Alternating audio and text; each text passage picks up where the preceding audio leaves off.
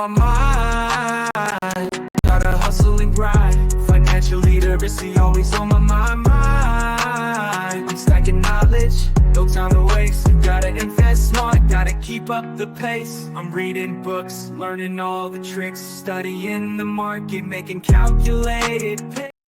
Hey everybody, it's Reckless Ray Dinero. We are back at it again. Let me actually pull this down out of the way for a second because you guys want to see me first before we get into the bag talk. We're back at it with another episode of Portfolio Updates, and boy, do we have some big updates. Gigantic updates. Huge updates. This month, again, just like last month's update, best month ever so far. Historic. We're crushing it. The narrative's playing out. And we're going to dive into those numbers. But before we do, I want to touch base and make sure that you've hit that like button. If you've been here more than twice, I want to see that subscriber count start climbing. If you want to hate, because this might be one of the ones where we're going to get the haters, the delusions will come in, the pessimists. Your portfolio is not performing as well. You've made some different decisions. You've got in at different times. You're not following along over here while we're doing the portfolio update where I am clearly telegraphing my moves so that you can join in and or front run me because I'm on a limited income. So it's not like I just have umpteen bazillion dollars. Sometimes the money comes in chunks. Most of the time it's coming in every 2 weeks. We're dollar cost averaging over here. But I need that dislike. I need the feedback. I need the interaction. I need the engagement. I need you guys to touch base with me down in the chat to let me know your thoughts. Let me know if you think these products are trash because you might get referenced in every short where I'm disproving that because math, what really happens versus what you feel is going to happen are two totally different things. And nobody cares how you feel in finance. Just letting you guys know. We have had a stellar month.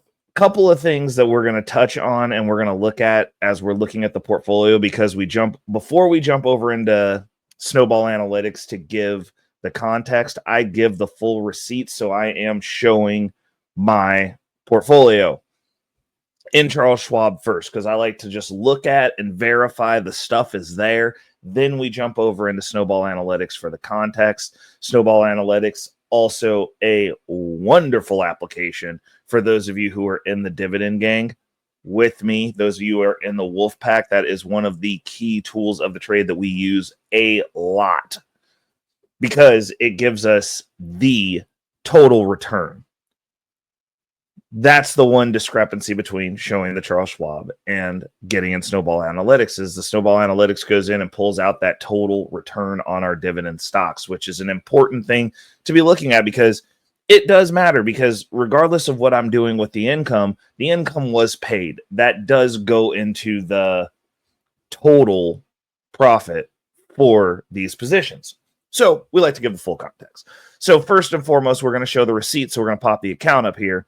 As we can see, we're gonna talk about some things that happened, but the first thing that you're gonna notice is as we're getting through this account summary, we've got a total gain of 10% showing over in Charles Schwab, which is nice. The market value of the account at present, which obviously we're recording on a off market day, we're recording on market hours, so these numbers are kind of in the state that they were left in on Friday. You guys will be getting this obviously first Tuesday of December. So welcome to December. We're looking to finish this year strong. And we got a couple of things to talk about in regards to that, about what I've got coming up down the pipes. But as we can see, our cost basis is $23,335.68. The total market value as of today is $25,656.61. So that gives us a net gain of 10% growth. Now, this for me is a bug, not a feature, because I don't get into any of my income positions expecting growth. We are not trading these as a regular stock. These are in here to produce a monthly check that we are then using to manage debt, pay bills, reinvest, fund the long-term portfolio, which we're also going to look at, but we're going to kind of sandwich that because those are two different conversations that share the same strategy. What moves did we make over this last month of November? We completely consolidated. I retooled my portfolio, which I do every once in a while, but I really have pared down, retooled, and come in with a Misty focus. We have gone 100% down the Bitcoin rabbit hole, which was my thesis to begin with, but I have really pared down, really isolated, really dialed in on where I want to put my focus and therefore my money. That's not to say that there's not other investment strategies, but as we stated with our goals for 2025, everything that we do is to produce either income or outperforming growth. Those are the only two things that we're looking at from investment standpoint moving forward. Our growth metric is Bitcoin. I am no longer competing with the S&P 500. It's something that we'll reference because we're going to be stamping it out like a lit flame in the corner of the room, consistently moving forward. But our barrier of comparison is going to be Bitcoin. We are going to be looking for things that are going to produce a 30% or more income. We're targeting 30% every single year. That doesn't mean that we're going to hit it every single year, but the goal is to outperform that every single year, because that's the risk-free annual rate of return for Bitcoin. Does that mean that Bitcoin consistently goes up every single year 30%? No. What that means is over the span of its lifetime, the risk-free return, because it goes up so much, breaks down. This is including the bad year, which means we're going to have bad years where it's going to be accumulation years.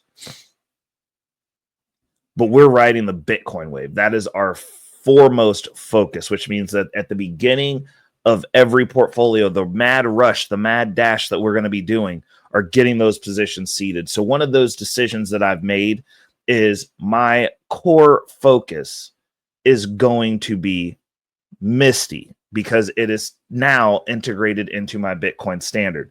This allows me to monetize the volatility of MicroStrategy, which gives a 1.5x roughly kicker on the performance of Bitcoin, meaning whatever Bitcoin goes up, MicroStrategy gives you a 1.5 times advantage on top of that. So not only is it going to outperform, it's going to outperform with a little additional boost on it. It's like leveraging Bitcoin 1.5 times long.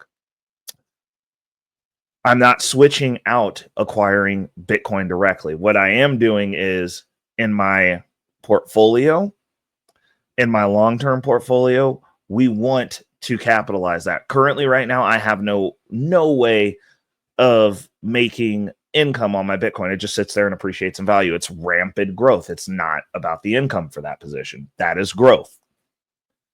MicroStrategy, that is growth. What Misty does is monetize the volatility on MicroStrategy, which is highly volatile. It's an options trader's dream come true.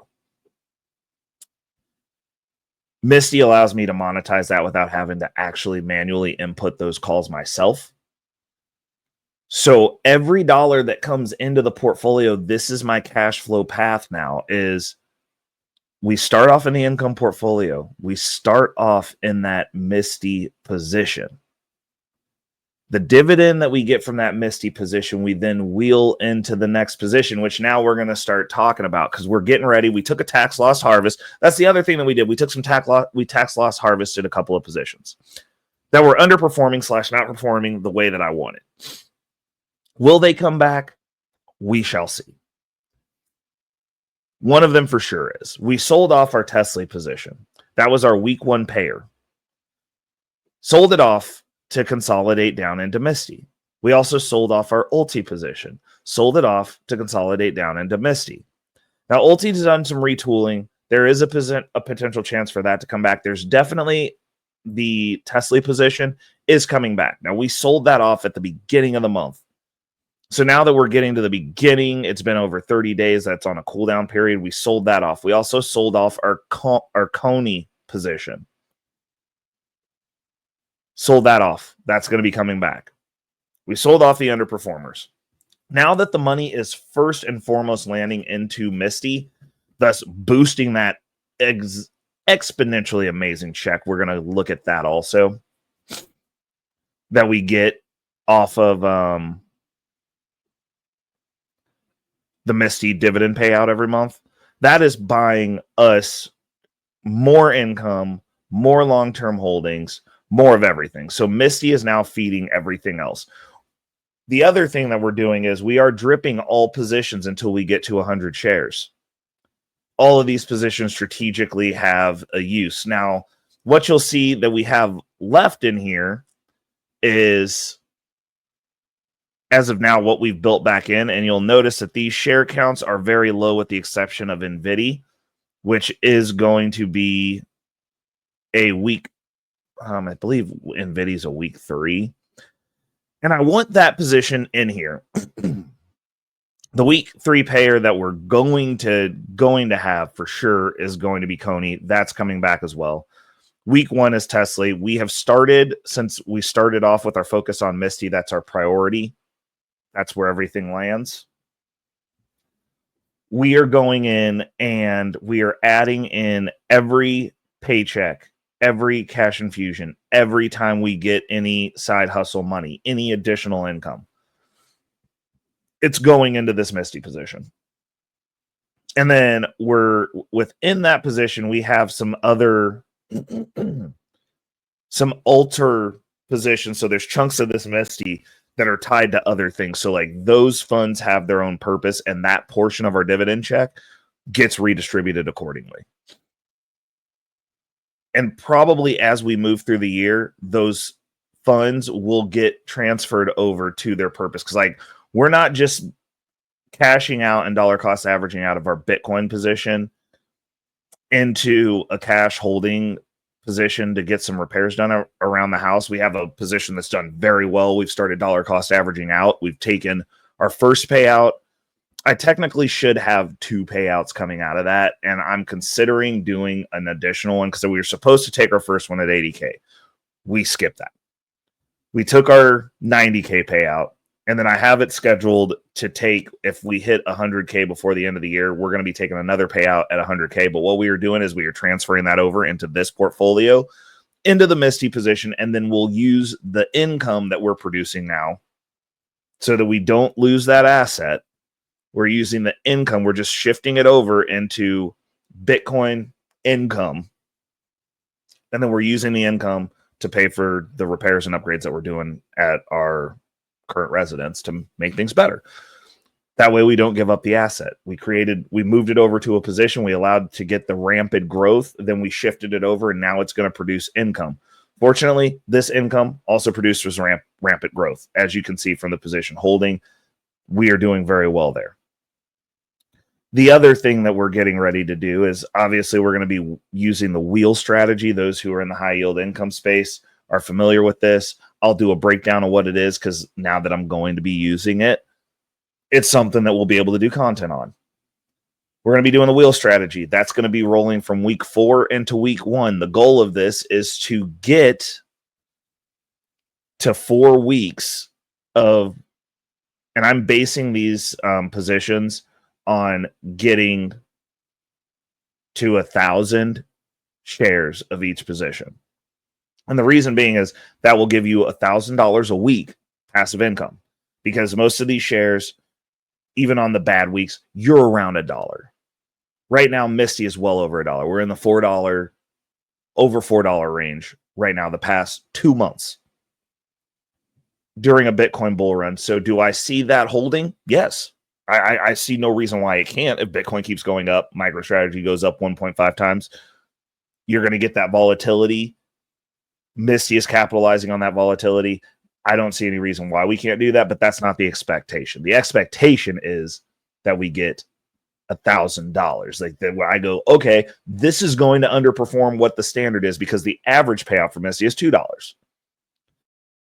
But we're going for 1,000 shares because I'm making this as dumb proof as possible, and there's no guarantee. But if these funds are paying out over $1 consistently, and then you're getting down to under $1,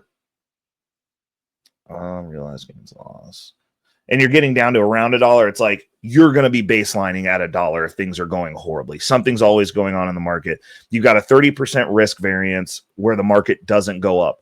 The stock market, the S&P 500, goes up 70% of the time. There's always game on the upside. Like, I'm not really a big short person. We do have fiat in there as a hedge, but I'm not really looking at the downside of this and like the fiat side of things because of the volatility. You're actually catching those dips and actually capitalizing on that opposite side of the volatility. So I'm not super worried about that. That's just something that we're adding in. We're trickling in fiat for the crash. Should we have it? Like, I want to be 100% honest with that. And I'm not loading the boat on it. And actually, let me go ahead and kill my camera so we can get this full screen for those of you watching so you can see it. But as we can see, we're sitting at 663 shares of Misty right now, and that's collective. But we're shooting for 1,000. We're gonna overshoot 1,000. The cushion that we're shooting for is probably 2,000 to 1,200 to 1,300 shares. So that way, if I do decide to capitalize on the growth, I've got shares that I can play with. 100 of those shares might likely go over to my options account when I start getting back into playing with options, so that I can do some cover calls on it and generate some additional premiums that way. But we'll see. Like, if I find a strategy that I like for that, then I also have that option for all of these holdings. NVIDIA, we're almost at 100, and the strategy that we're using is I am wheeling into these positions and I'm leaving the drip on so that when this gets paid, it buys into itself. Oh, actually, I'm going to turn that drip back on at the end of this video. I did not realize that I did not have the drip on NVIDIA, but we're turning that back on. We're going to turn that on. So, oh, no. I know why. Because we're going to be at 100 shares. Oh, no, we won't. No, we won't. Drip goes back on. Yeah, see there? That's the reason we do that. So the drip goes back on. And then when we get our next Misty payout, this will be at the NVIDIA position will be at 100 shares. As these positions hit 100 shares, I'm going to start wheeling them into the next position. I will not be using them for anything active until they hit 500 shares. So we'll just keep the wheel strategy going until they hit 500 shares. Now, the NVIDIA is going to be an active player. So, like, once we get to 100 shares, this will feed the next following week's payment, which honestly, I think if I'm going to have two different week threes, because I'm pretty sure NVIDIA is a week 3. It might be a week 2. But if it's a week 3, then it's going to wheel into Coney, which is the other week 3. Or no, Coney and Ulti were week 3s. So, with that said, this goes back to it's going to be a position of itself. Once it gets to 100 shares, then it'll start feeding the Coney position because that's going to be an active position that we're going to be using for income and debt. Why ETH in here, which we've got 15 shares of right now, is going to be paired back up with Ulti and the reinvestment position that I have that's locked into Misty from the Ulti shares that I condensed down as specifically for reinvestment into the portfolio. So what are we doing with those? We're going to be getting both of these to 100 shares, obviously, but these will just wheel back in to the portfolio itself. So at 100 shares of each position, we're probably going to shoot for 500 for these.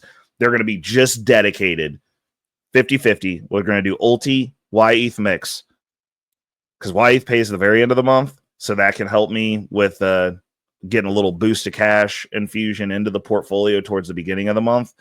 And Ulti is a week 3, which Still late in the month, but like you're getting a cash infusion there. As we roll these out, that's going to be the consistent. As the income comes in, that goes into the portfolio. Obviously, that'll sit in Misty, but the Ulti and YETH position will be directly targeted once they get to their respective 500 shares, directed directly at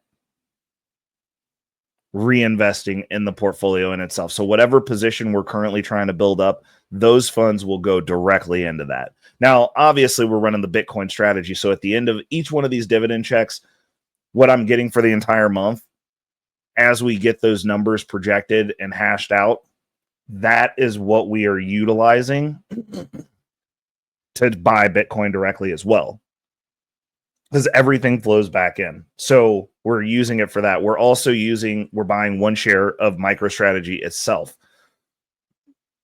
while we're still under $500, which I don't know how long that's going to last. Originally, it was supposed to be while we're under $300, and that didn't last. And then it was supposed to be while we're under $400, and we broke $400. So that didn't last. But as soon as we get to a point to where the pain is too real, or everything goes swimmingly and I get to my 10 shares of MicroStrategy that I'm planning on never parting ways with, we'll then shift over to MSTX, which is an even longer 2x leverage strategy and holding that is on MicroStrategy, but that's an order of magnitude cheaper. And it's not just that it's cheap, you're also adding that long, especially for a bull run. I want to capitalize on that as much as possible. And as we get growth out of those shares coming towards the end of 2025 or the peak of the bull run, we will consolidate that down into more MicroStrategy shares. So those will be like a little kicker for me. And then after the bull run, that'll go into accumulation phase, because if there is a dip in Bitcoin, then that fund will take the hit as well. And we will rinse and repeat and start building up that position. And as it runs back up, we'll have an exit strategy made on it where that gets converted. So we capitalize on that 2x and then convert it directly into MicroStrategy. So that's what we're doing with the income. The other thing that I wanted to look at here, where is the history? Basis. I think it's this one. So these are the projections from within Charles Schwab. Now, like I was saying, I thought we were going to be ending. The estimated income is about $1,300 for the year of 2024. $13,000, I mean. So I gave myself a $13,000 raise this year. I didn't have to go ask for a raise. I didn't have to go beg for a raise. I don't have to. There's no longer an expectation that these people are going to take care of me. Now, the thing that I like about Charles Schwab is they aim low. So this is my pessimistic view. Like, I normally check this because you guys saw the short. Like, I've already given the receipts. If you're not checking the shorts, it's like the one short that I upload every month is when my dividends start hitting. And we're getting those payouts to just show, because when my first episode, people were like, oh, those products are trash. Well, $12,000 in 2024. And this didn't start January of 2024. I didn't even really start focusing on this until later in the year. And we've accumulated to this amount. And this is real. These are the payments. This is Charles Schwab. This isn't me making it up. And like, we can revisit. We'll be revisiting this towards the end of every year because our annual recap is going to be a wild one. But this is real money. It exists. The growth on the portfolio also exists. Like, these things are happening. And honestly, I don't really take time. My opinion on other investment strategies that aren't what I'm doing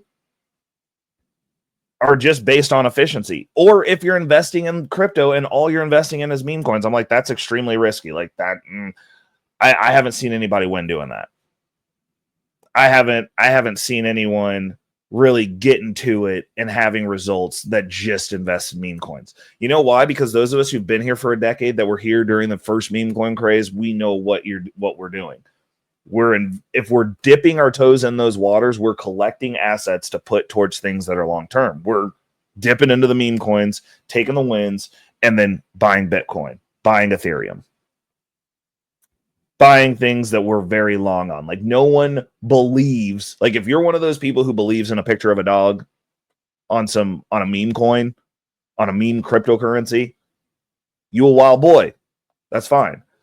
But these are actual results that are turning into tangibles, like debt's getting eliminated. We're doing the debt crusher. We're using this as one of the strategies. I'm showing the portfolio. We're looking at the portfolio growth. But this is under a year. This is for the calendar year. And you can tell when this started. We basically had nothing. And like this had an inflection point. We had $83. We hit $100 in February. As we went through, we got to March, it was $300. Got to April, $457. We took a hit, went down a little bit for May, $383. Coming in June, $700. Broke $700. July, another hit, $500. Like, we're still tweaking. Like, you can tell where I'm tweaking the strategy. Now, August of 2024, that's when we started making some understandings. The tweaks became more prominent here. Coming into September, $1,300. Now, as we were getting close to that $1,500 mark, Launchpad, $28.91. Now, that's the income received for October 2024. We talked about this. It was big. I was beating my chest. November, even better, $3,371.61. These are the tweaks that we're making. This is what we're getting projected. So they're thinking we're only going to get 1,500, and that's because this is pessimistic. I think, and the thing is this, I would be happy with 1,500. I'm not going to complain about that. I'm not turning my nose up at it. We can still make some moves. That's great. I think we're going to be over $2,000 though. I really do. And as we're moving through here, because I mean, because like, I would say, me being pessimistic, I'm going, okay, so maybe we're sitting around a $2.50 dividend from Misty. 663 times 250. That in and of itself is going to cover the $1,500. That's $1,600. So like, if we go back down to baseline, what it's around, a little bit over average. I think we're in a bull market. The market's going to continue to run. I think we're going to see some good price movement, some good volatility over December. If we crack 100K before the end of this year, it's go time for 2025. If Bitcoin cracks 100K, that's an all bets are off. Like, even if we just eke it out, and I think we will. We got 4 weeks. And we'll be capitalizing on that gain. MicroStrategy will go up 1.5 times based on that. The volatility therein, Misty will collect that, and I think we're going to be over $2.50 for the dividend payout. It just makes sense at this point. And we're going to be buying additional shares, so that number is going to be running up because we'll have 2 paychecks in before the Misty payment, which means that at minimum we'll be buying $400 more of Misty shares. That said, this is how this works. Like, it's just ratcheting up, and that's because I'm actively, like, this isn't a set and forget. Like, I'm constantly throwing money in here. I'm managing the account. I'm tweaking the strategy, and you can see the tweaks because, like, it just is what it is. Like, you can see the tweaks that we're making. And a couple of we're going to be making some more tweaks as far as like what our cash value holdings going to be for the portfolio. We're going to have some contingencies because we're going to have 3 months to get this portfolio set perfect while we're waiting for tax season to roll around. And once we get to that position, it's gonna be go time because we'll be using this to set up the other portfolios. So while there may not be a cash reserve in this portfolio specifically because it's income based, we're getting a check in here every month anyway. While we may not have a cash position here, we are going to have a cash position in our other portfolios. The options portfolio will have a cash basis position. We're going to be making our target for our options portfolio. We're bringing that back. Our long-term portfolio going to have a cash position in there. We're gonna be getting that set up as well. And I'm excited about all of these things. Like, this is all going to be great stuff. But as we're moving forward, it's like those are the receipts. Now we're going to jump over and we're going to talk about our snowball analytics, what we're looking at here, because I made some tweaks over here because this gives us the ability to kind of look at some stuff. But the first thing that we're going to notice when we get over to the snowball analytics page, for you guys that are looking, those of you that are listening, I'm going to read off the important facts. So obviously it's got the account value that's matching what we've got over in Charles Schwab, more or less. These are pulling different metric numbers, so they're close. They're not always the same. Let me go back and see if we're the same right now, because off market, I think they should be at parity. So off market, we are at 25, 656.34. And this is pulling 663.69. So like it's but you'll see the positions, the numbers are the same. So like this is getting a different market pull than what we're getting from Charles Schwab. I err on the side of Charles Schwab on the total value because the numbers will match. This is because this has like a little bit of errant cash. That's it. I need to delete those cash holdings, just transfer it out. That'll fix it. Now that I know what the issue is, I'll fix it because I have some cash holdings that are in here because I was trying to I was just doing too much. Like once I go with the premium paid where I can just link it to the account, this will be so much easier. But yeah, so anyways, we're sitting here. It's at 38.1%. We've got a capital gain of $2,239.98 with a realized P&L profit and loss because we did the tax loss harvesting of $2,315.90, which is cool. Like that zeroes that out. And we had, because we sold more stuff that was underperforming or at a loss, which is good for the end of the year, clipping the bad players and supporting the winners. Like that's what we do. And we're going to start really focusing in. I won't be doing too much retooling moving forward because I like this strategy.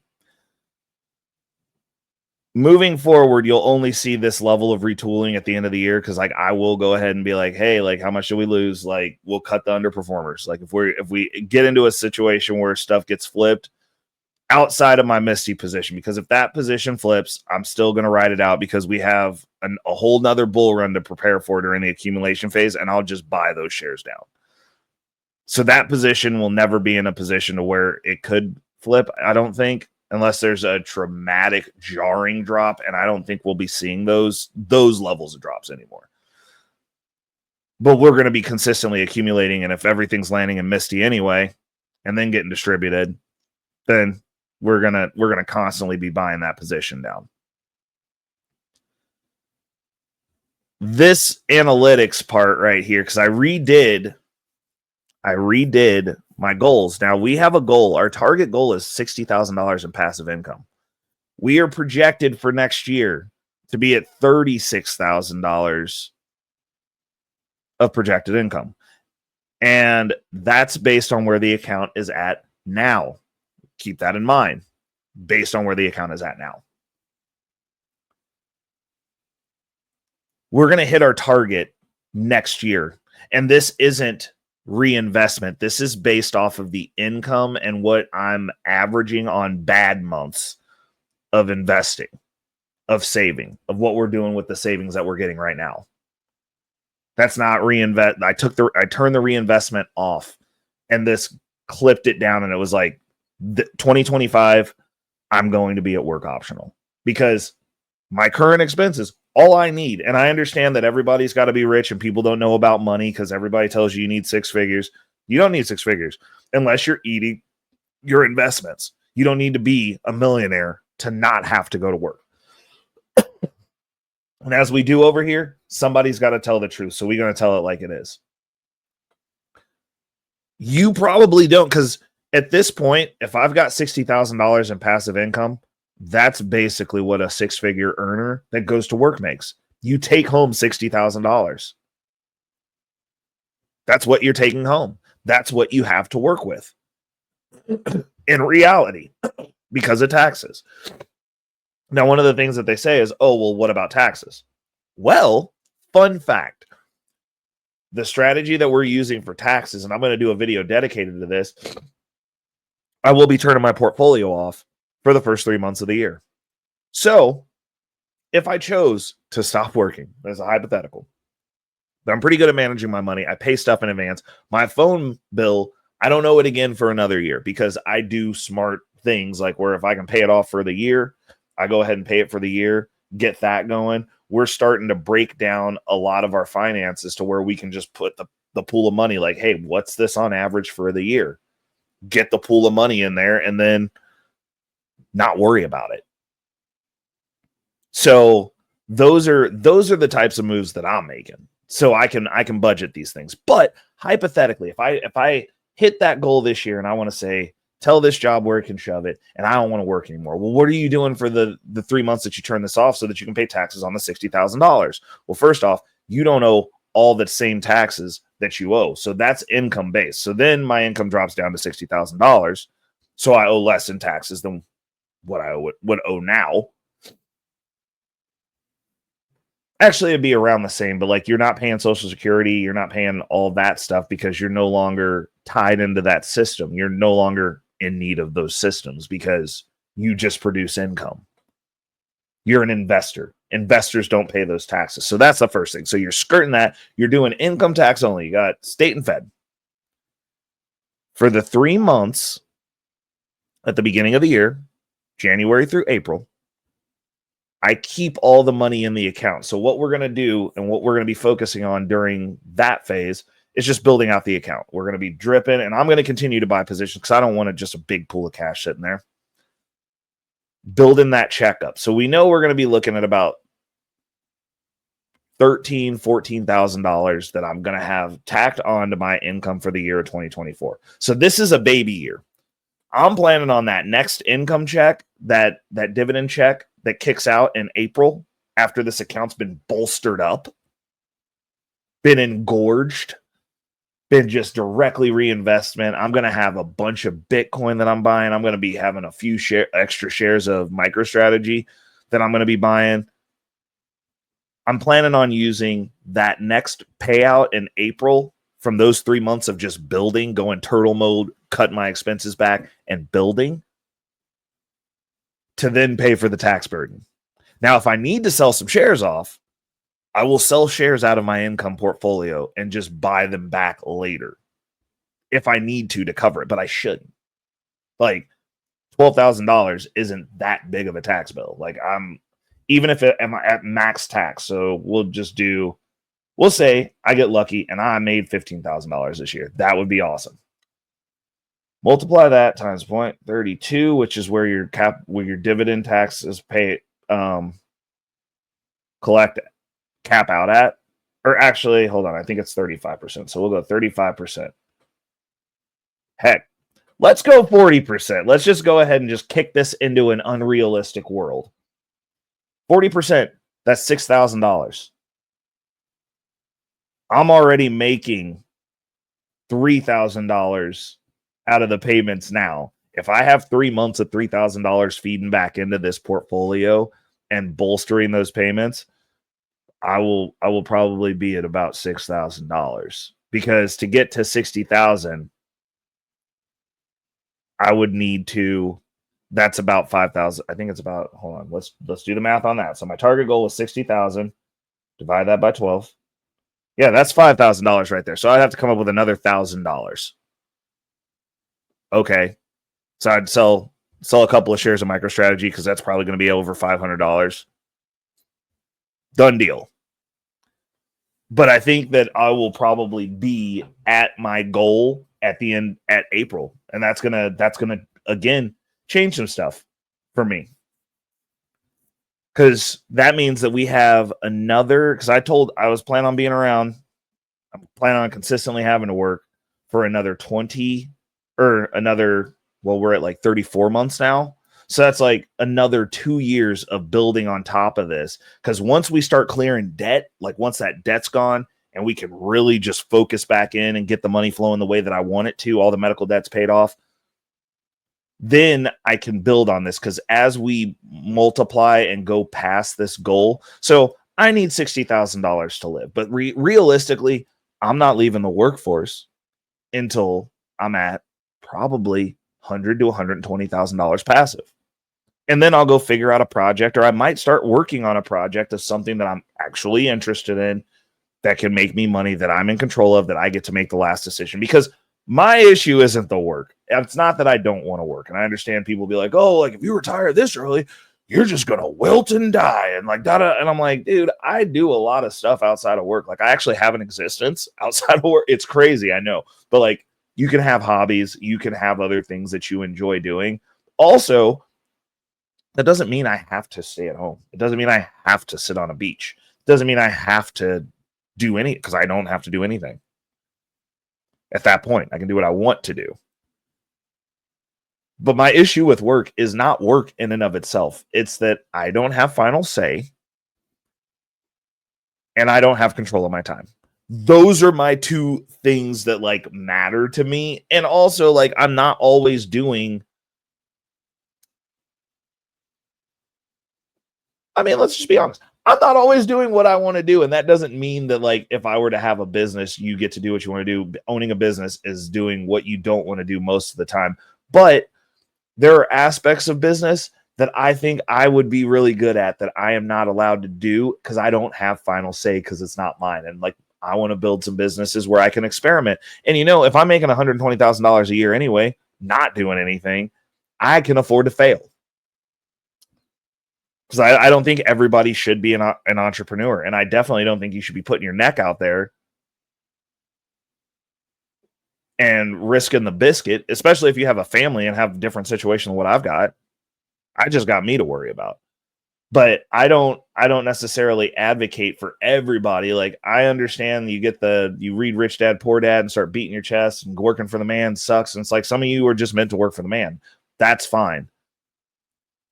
But I have so many more options once I'm a 2-income household, your average 2-income household. And I mean, honestly, right now with this boost, what we're going to be rolling into next year, if the numbers don't go up, because that 36,000 is creeping up as this portfolio builds.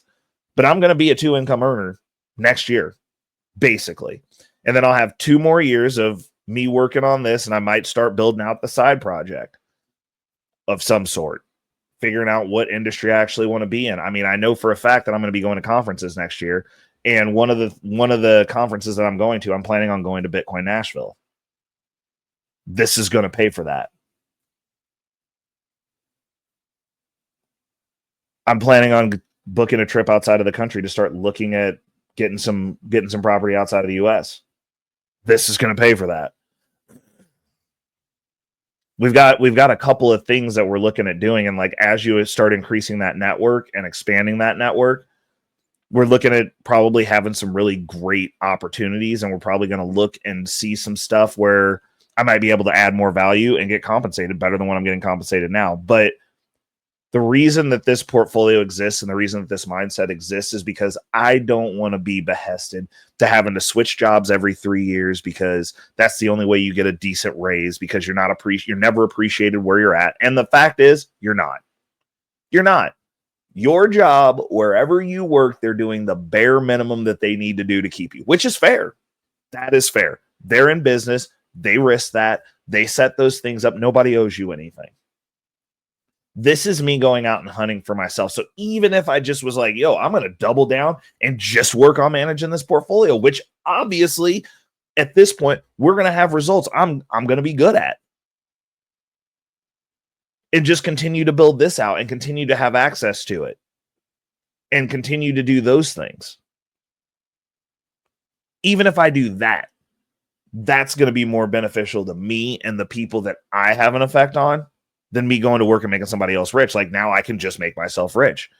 And one of the things, because like I got a mixed feelings about Robert Kiyosaki and the Rich Dad Poor Dad cult. I mean, there's a bunch of different cults out there. We got the Wolf Pack over here. We doing some stuff a little bit different. We in the trenches now. This is relevant financial information that's being shared with you about what I'm doing with my money and the results therein.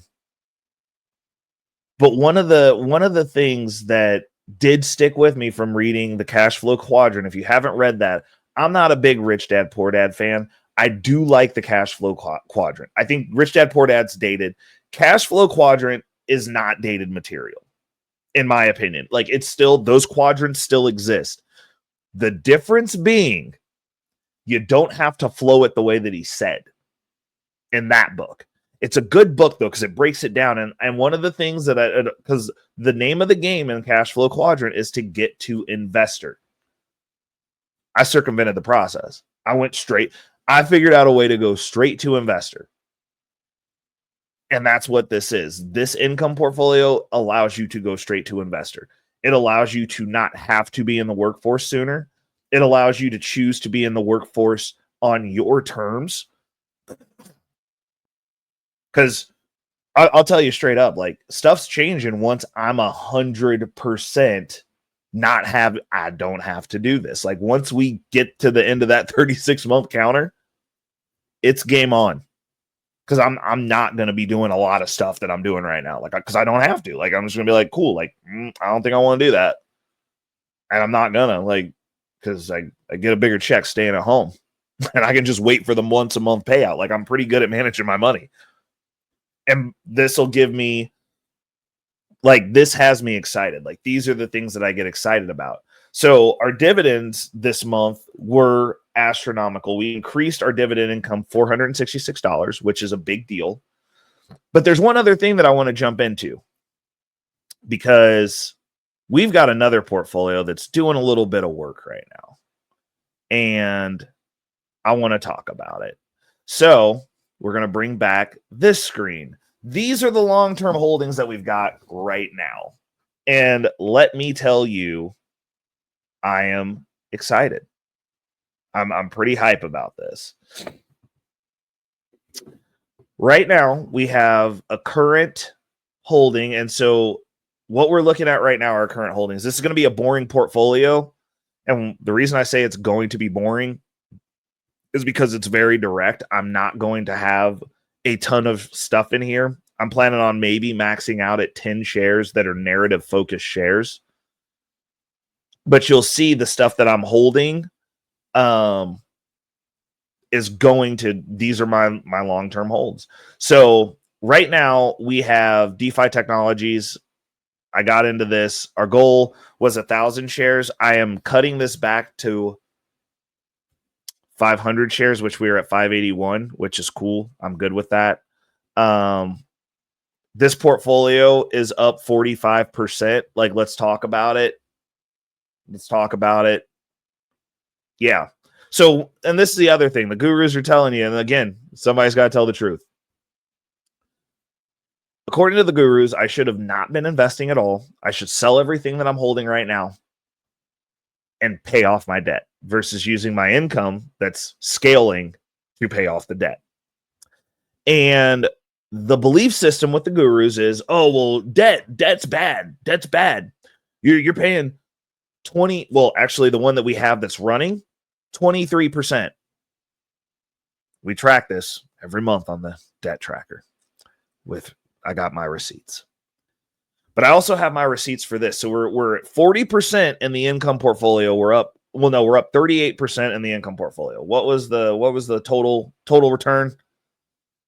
Yeah, 38.1%. That's higher than 23%. Over in this portfolio now that I've got on the screen for you, for those of you who can't see it, it's the long-term holding portfolio, which is consisting of DeFi Technology, DEF, TF, MicroStrategy, MSTR, and Palantir, which is one that we've added. We're getting a position in Palantir, PLTR. And then we have a little kicker in here that is producing some monthly income to do some income portfolio action, which is GPIQ, which I'm pretty sure I'm probably about to switch this out.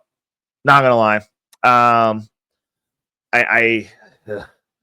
I'm probably gonna switch this out with YMAX, which is a weekly payer, and it's been doing a good job in my other portfolio. It's my balancer, and I think I'm going to use it across the board. I don't like the inconsistency. Like GPIQ is cool, and this is going to be one of my go-tos.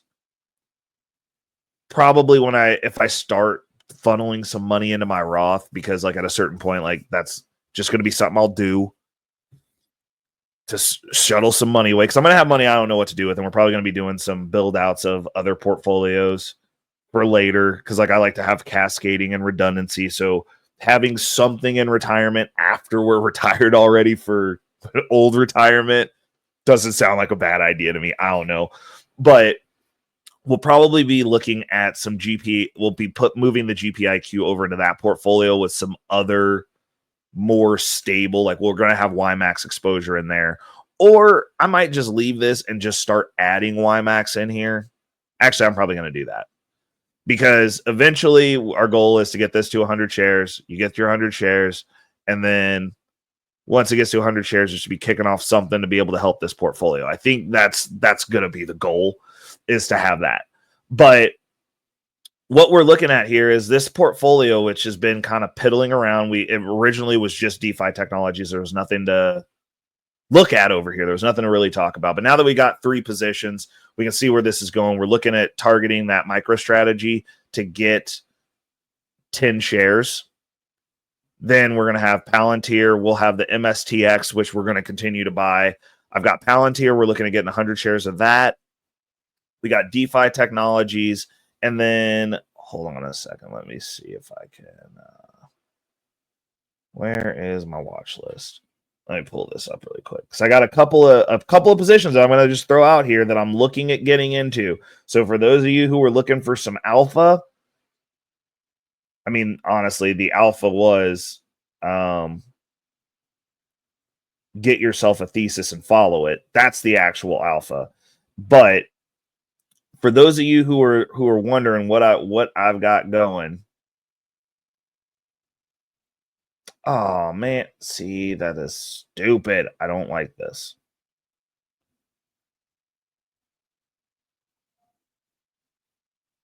Oh, here we go. So a couple of positions that we're looking at. We are looking at Soul Strategies Inc. CYFRF. And the reason I cut my DeFi technologies, because this is another Canadian company. Dang, they had a good, they've had a pump too. Dang it. Okay, so yeah, we're going to be rushing into that. I'll be FOMOing in, because I was looking at getting this under $1, and now it's over $1 already. That's upsetting. But basically what they're trying to be is the MicroStrategy of Solana. They're making a Solana play. And while Solana is my main meme coin holding for the bull run for the calendar year of 2025, I could see that being a play that would be very beneficial for me. So we might be moving some stuff around. And like, I hate to say it, but like, we'll do the buys before the end of the month. I'm gonna have to figure that out, because like I might have to divert some crypto funds over here to get that side of that play. But I want that play. I want 500 shares for the bull run, because I think that they're gonna have some really interesting upside potential. And yeah, so we're gonna be adding that in. And that'll be 4 positions. And then I've got a couple of other positions that I'm looking at for the long-term portfolio. Obviously, I want to get my NVIDIA shares back. So we're going to be looking at getting a position in NVIDIA. And then I will probably also be doing some Coinbase stock, because I'm counting that and MicroStrategy as crypto positions. So we're gonna have that as well. And that's kind of where we're looking at as we build this portfolio, but it's going to be very methodical because like right now we are on a mission to get this micro strategy, and we're sitting under 400. Wish I had some cash in the hopper. That's one of the, like, not having these portfolios set up the way that I want. I can't make moves that I want, but I'm always looking to buy stuff. And at a certain point, like, this should have $400 sitting in cash in it at all times at this point in time because our market value is $4,217. Come April, whatever our portfolio value is, 10% of that we're going to have in cash ready to deploy to catch dips and stuff. Like, it should always be at 10%. So if it drops, then we've got cash that should be getting deployed because something has dropped. And that's the way we're going to work the portfolio. And then as it goes up, we just add more cash in to backfill the cash that was spent. These are the moves that we're making. Obviously, you can see this portfolio value is at $4,222.84 right now. My focus is 100% looking at getting into these positions for the bull run, the 2025 bull run. Like, we've got the DeFi technologies position that is done well. We're up $500 on that. Not quite 100%, but we're getting there.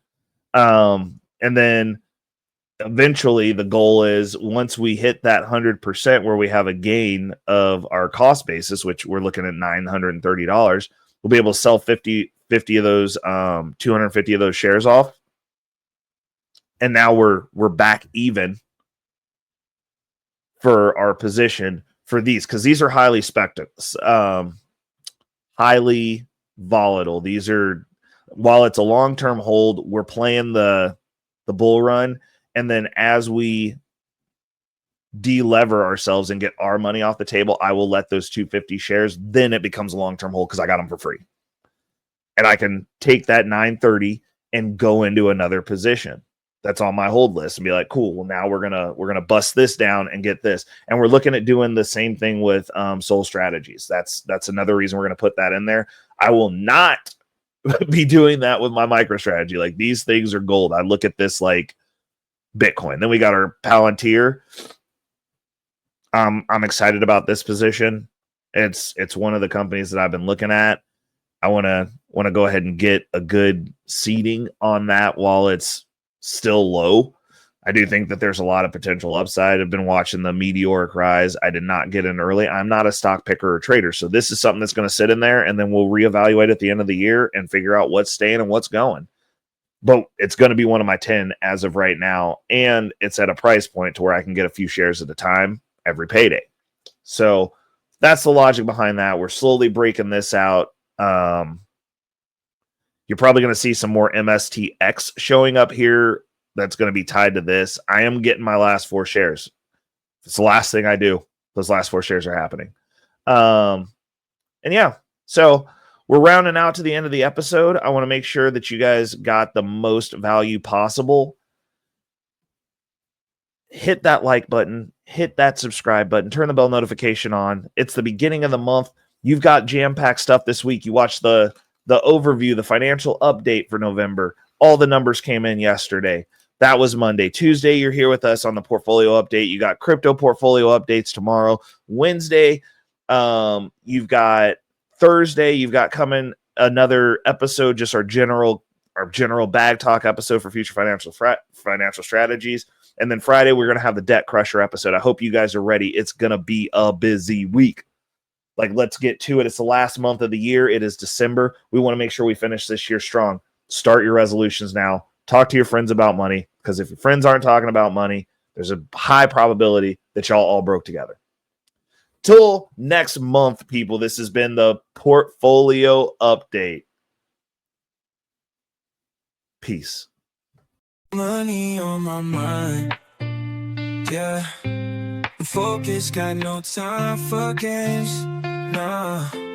I don't play, man, I'm all about that financial literacy. Investing in my future, building generational wealth. Dollar bills, they be calling my name, but I ain't chasing fame, I'm chasing change. Learn the game, now I'm playing it smart. putting my money to work, it's an art. I'm stacking paper, building my own empire. No more living check to check, I'm getting higher. Investing in stocks, real estate, and more. Gotta secure the bag, that's what I came for.